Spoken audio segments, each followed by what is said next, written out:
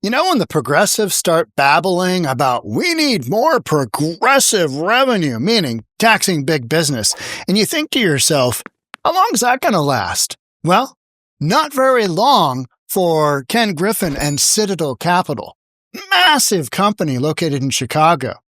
He's just wrapping up the final sale. He had a big collection of properties in Chicago, Illinois, and he basically said, nope, I am out of here. He is now divesting fully, and he has gone to none other than Florida, Miami. Let's get into it. Here we go. So you might say, I don't really care about Billionaire Sean. Could not give a rat's ass. I'd be right there next to you. But the major point is that billionaires run big businesses. They have lots of money. They kind of dictate oftentimes where some of the jobs go or don't go. And right now, Chicago's lost like 11,000 companies, not jobs, companies in the last decade. Chicago's revenue for the city is just going in the absolute wrong direction. And their constituents who can't afford to are going to have to pick up the pieces of the lost tax revenue. Because it ain't going to be the politicians. It isn't going to be, let's go Brandon Johnson. And we're going to hear some of his talk. But let's get through this article first. The reason we're focusing on this today is that billionaires and their companies have options. If you're a billionaire, you can just up and move. Just boom, we're gone. Just like Jeff Bezos. And we'll look at that headline. Moved from here in Seattle, Bellevue, Washington. They went to Florida. Seems to be a pattern, doesn't there? Yeah. And as leadership in these progressive blue strongholds continually babble on about big corporations paying their fair share, it's basically, you're just telling big companies to leave. Hey, why don't you guys just F off? Because we don't really want you anyway. We're going to tax the absolute heck out of you. And some of the stuff Let's Go Brandon Johnson's going to tax is mind-blowing. Like, people with their big yachts, so we're going to tax them more. I mean, is that the best you can come up with? Or a social media tax. If you have over 100,000 subscribers, we're going to tax you. It's like, are you? Are you real? Is that even legal? Let's take a look at this article. So this is what happens when progressive revenue actually hits a city. This is what happens. This is the story. Ken Griffin's long retreat from Chicago's luxury real estate market is ending with one final deal, closing a chapter that began when Citadel shifted its headquarters to Miami more than 2 years ago. He's got a full-floor penthouse at 800 North Michigan. That's a pretty damn good address. The unit was listed for 12.5, down from 15.75. He is basically bailing. He's taking a 40% whack on some of his stuff. Doesn't care. I'm out of here. His move away from the city accelerated in June 2022 when Citadel and Citadel Securities, it's Citadel Securities, I said Citadel Capital. There's something very special about the government in Florida. And there's also something very special about the government in Illinois, specifically Chicago. They're retarded. Yeah. And they're focused on delivering traditional values for the community. You know, you hear that all the time, traditional values for the community. You know what you don't hear about that is in Chicago. No. How many gunshots, how many murders did you have today? That, unfortunately, is more of the talk. Since the relocation, Griffin sold off nearly all of his Chicago buildings, and then he's going to put up a new office tower in Miami's Brickell district. Is that how you pronounce that? I have been there. I never knew how to pronounce it. Brickell district, Edie Brickell, maybe? I don't know. Miami's Brickell district. He's going to put up a new office tower. $2.5 billion. Do you think Chicago could benefit from a little bit of that tax revenue? How about all the people that need to build a $2.5 billion tower? What about that? Miami is in the midst of an explosion because people are moving to Florida in droves. People are leaving California in droves. They're leaving Illinois in droves, and they're going to Texas. They're going to Florida. They're going to the I almost said the Dakotas, the Carolinas. They're going to North Dakota North Carolina and South Carolina. Dakota's not as much. You just got that weather in the Dakotas. Although the Dakotas, not a bad option if you're in South Dakota. You'd rather have South Dakota or you'd rather have Illinois? Right? Yep. South Florida has something the rest of the world wants, Griffin said. It has oceanfront property in a state with extraordinarily safe streets, great schools, strong sense of community, great cultural institutions. Miami is one of the most vibrant cities in the world.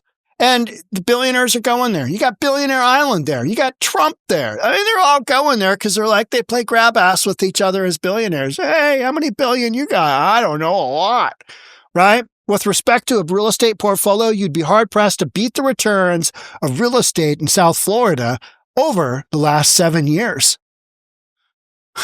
Okay. Yeah. And here's Ken Griffin is selling the final home in his once prolific Chicago property portfolio. Another cost of years of failed leadership in Illinois. What does failed leadership in Illinois look like? Let's watch this one video. Here is just one short video that basically says it all, right? These people are mentally challenged. Whomever voted in Let's Go Brandon Johnson as a progressive should have their head checked, right? Should have their head checked. Here we go. Mayor Brandon Johnson wants some Chicago businesses and social media companies to pay for his vision of Chicago's future. And to help dig the city out of $1 billion budget hole. WGN political reporter Tumon Bradley live for us at City Hall. Tumon, what's the vision and who's going to pay? Ben Ray, despite Chicago's shaky financial picture, Mayor Johnson is doubling down on his investments, presenting a budget he says will protect the city from Trump administration cuts. That is a common theme. Hey, all the big blue liberal cities, the progressive cities, we've got these huge budget deficits. You know who doesn't have a budget deficit?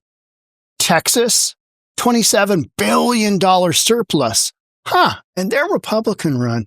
Anywho, this year's budget. Vowing to challenge the ultra-rich, today Mayor Johnson unveiled a budget relying on cost savings and new taxes on corporations. The intense and growing wealth inequality is not sustainable, you all, for our city. Does he think he's Martin Luther King? I mean, it sounds like he's making an impassioned plea like that, isn't he? And he's basically telling constituents of Chicago, hey, just go ahead and bend over. Again, because you're going to love this. This is going to be the greatest thing ever. You guys are going to love the taxes I'm going to put you know where. You guys are going to love it. You guys are going to love it. Love it. We cannot separate the immense wealth of the few for the poverty and insecurity of the many. The mayor's proposal avoids unpopular measures like a property tax hike and a garbage collection fee increase. Let's Go Brandon Johnson's already tried the property tax hike. You know how well that went over? Nobody said yes. Nobody. Like 50-something aldermen go, no. Instead, the mayor is pursuing what he calls progressive revenue. The mayor proposes bringing back the city's corporate head tax. He calls it a community safety surcharge. Companies with more than 100 employees would pay $21 per person every month. The revenue, $100 million, would be dedicated to anti-violence programs. The mayor also wants... How about you just incarcerate some people that are running around shooting each other? What about that? I mean, couldn't we do that? Oh, no, we can't. I can't do that. But let's keep going. City Council to sign off on hiking taxes on cloud computing, boats docked at city harbors, and expanding congestion fees on ride shares. He's also out with a first-of-its-kind social media amusement tax, a new online sports wagering tax, and a tax on hemp. We are asking large corporations and big tech companies that have made trillions of dollars to pitch in a little bit more. How much more? How often are you going to ask them to pitch in a little bit more? We need you to pitch in just a little bit more. A little bit more. Because the pattern here is you've already done that time and time and time and time and time again. And you know where that ended up with? Ken Griffin selling everything and moving to Miami? And another 11,000 businesses moving? So you've literally got this storyline going on right now. And then you've got numbnuts here. Let's Go Brandon Johnson spouting off about, we need you to pay just a little bit more, a scooch more. And yet we've already got the end result. Bezos leaving Washington State. Hey, go F yourself, state of Washington. I'm going to save $1 billion by moving to Florida. Ken Griffin. Hey, I got a pretty big company. I mean, we're going to build a headquarters, $2.5 billion that Chicago could have desperately used. Instead, they got numbnuts here just spouting off about Lord knows what. We're going to tax. We're just going to tax. We're going to tax every second fire hydrant that we see on the street. I mean, we're just going to tax. You know what I mean? Just unfortunately, the people who are going to pick up the pieces of this disastrous experiment are Chicagoans who can't afford it. That sucks, but you get what you vote for. If you voted for Let's Go Brandon Johnson, this is what you get. As for cuts, the mayor's team says they've found $200 million in savings across city departments. They also want to extend a citywide hiring freeze, cap overtime for Chicago police officers, and cap overtime for Chicago police officers. These police departments are only operating in a cobbled together, hey, can you work 45 hours of overtime this week? Yes, I can. They're only providing minimal public safety because of overtime. And yet you got Let's Go Brandon Johnson, he cares about the teachers' unions. Use more civilians for non-beat police work. On pensions, the mayor proposes making a smaller payment on a planned extra pension payment. And to close the budget gap, now projected to be at $1.19 billion, the mayor wants to refinance old debt and sweep $1 billion of TIF funds, with about half of that going to Chicago public schools. After the address, the mayor's progressive allies sounded upbeat. The people that we work with, our communities that we are accountable to, they've been pushing for progressive revenue sources for decades. Other alders say, how's that working out for you, Chicago? How is that working out for you? You are losing businesses left and right. You are losing income streams left and right. Are you okay with that? I mean, are you guys just dumb? Are you mentally challenged? Because this is what you're doing. You're pushing out business. You are pushing out. You're literally getting rid of the golden goose, right? The mayor's budget needs a rewrite. We need to make sure that we're getting to the efficiencies that are important first for our taxpayers. We really need to be looking to grow the size of the city. And what is preventing this city from growing is a lack of jobs and a lack of housing. The mayor's budget team has been holding small group briefings. I'm sure that's working out great. That guy is just a moron. The beauty of it is we get to watch this happen in real time, right? We get to watch just how a city absolutely crumbles because of terrible progressive leadership. And we're watching that in the state of Washington as well. You got Democrats who are like, tax and spend, tax and spend, tax and spend. And then all of a sudden, hey, the businesses are leaving. What's the deal? Taxpayers are leaving. Hey, what's the deal? What happened? Well, you can only tell people you're going to tax them so much, and then they just boop. And on top of tax issues, how about this headline? Let me get this squared away a little bit more. Yeah. Ken Griffin reveals 25 bullet holes in Chicago building drove Citadel move to Miami. 25 bullet holes in your building. 25. You know what I mean? You look at that and you just say, okay, no. And then you got a bunch of kids running around downtown Chicago in these huge mobs. We've all seen that. Who wants to be around that? Oh yeah, hey, come to Chicago, run your business here. Maybe the mob of 14-year-olds will get you. Maybe they won't. We're not really sure. And we don't really prosecute children. So, expect this to just keep going. So 25 bullet holes. Absolutely. I've lived in a failed city state. I lived in Chicago for 30 some years. I had two colleagues who had bullets fly through their cars. Griffin told Fox News' Brett Baer. I had 25 bullet holes in the front of my building where I lived. You can't live in a city awash with violent crime. And so he's moving to Miami. He's out of there. How about this one? This is another example.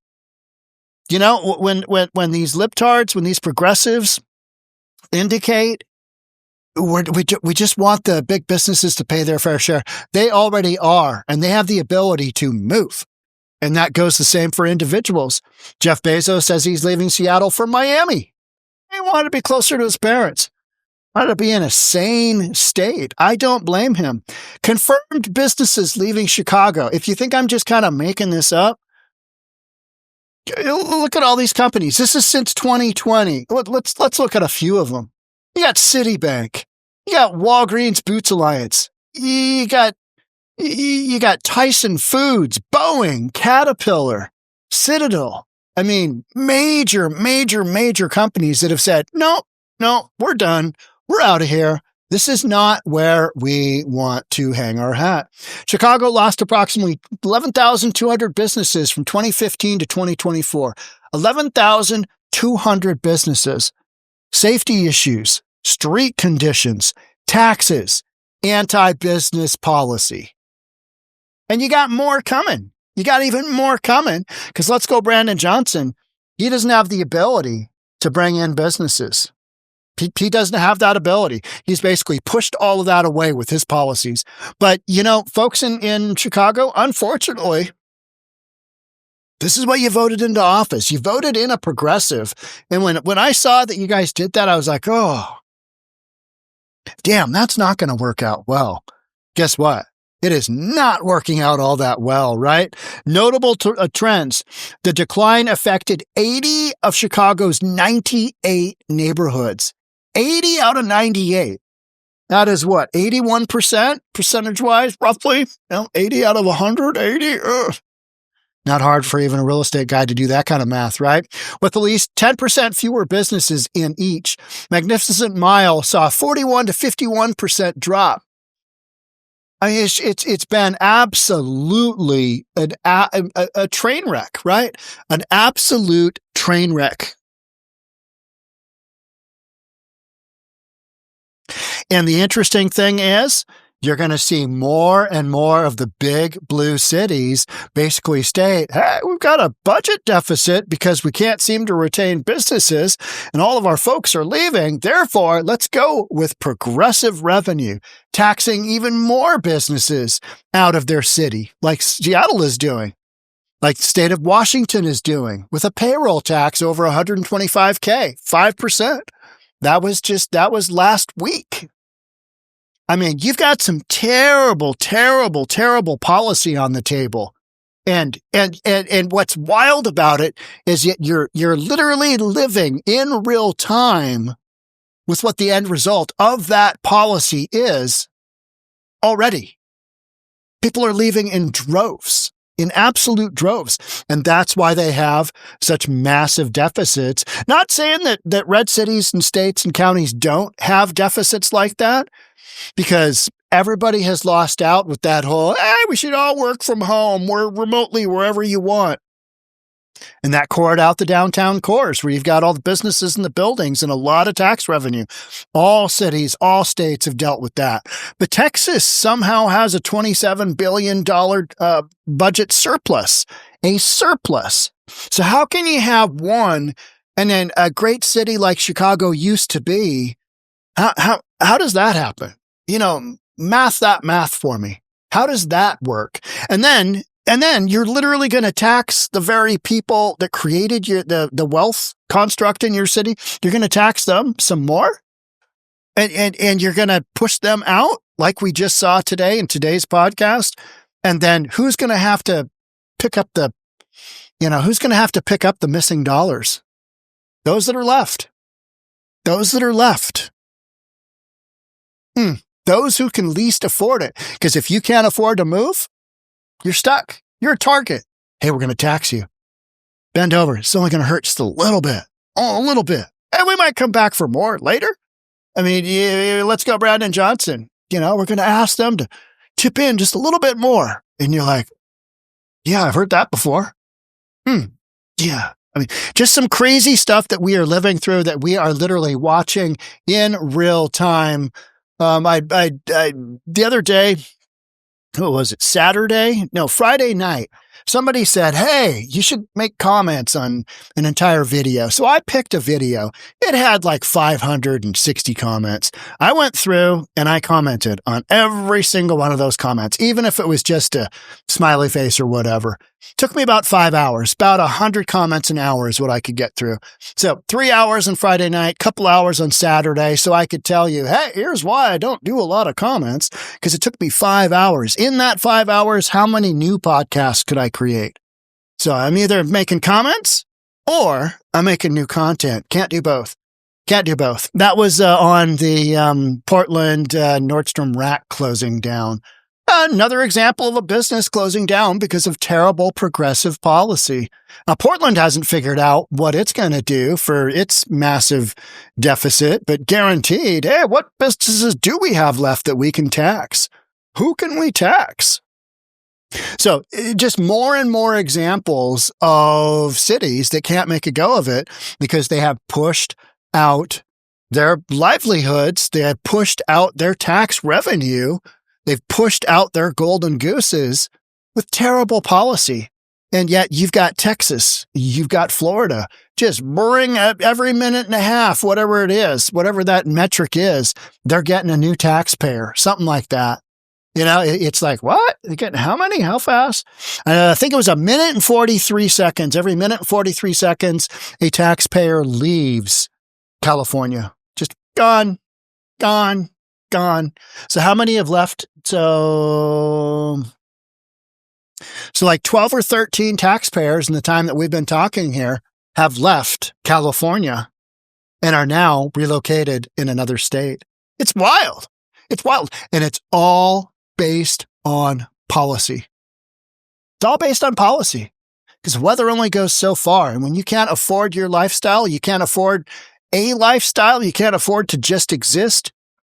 That's when folks who can pick up and move. And today's move by a billionaire, not a shocker. He's going to go somewhere where he's appreciated, not to some place where you've got pointy-headed, let's go Brandon Johnson babbling on about progressive revenue streams that he doesn't have.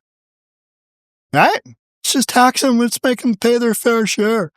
Good luck with that. Let's go Brandon Johnson. That ain't going to work out well. And I'll be right here to podcast it for you. Thanks so much for being here. I'll catch up with you in the next episode. Love to have you subscribe, hit that notification bell, all that good stuff. I'll see you in the next one. Bye for now.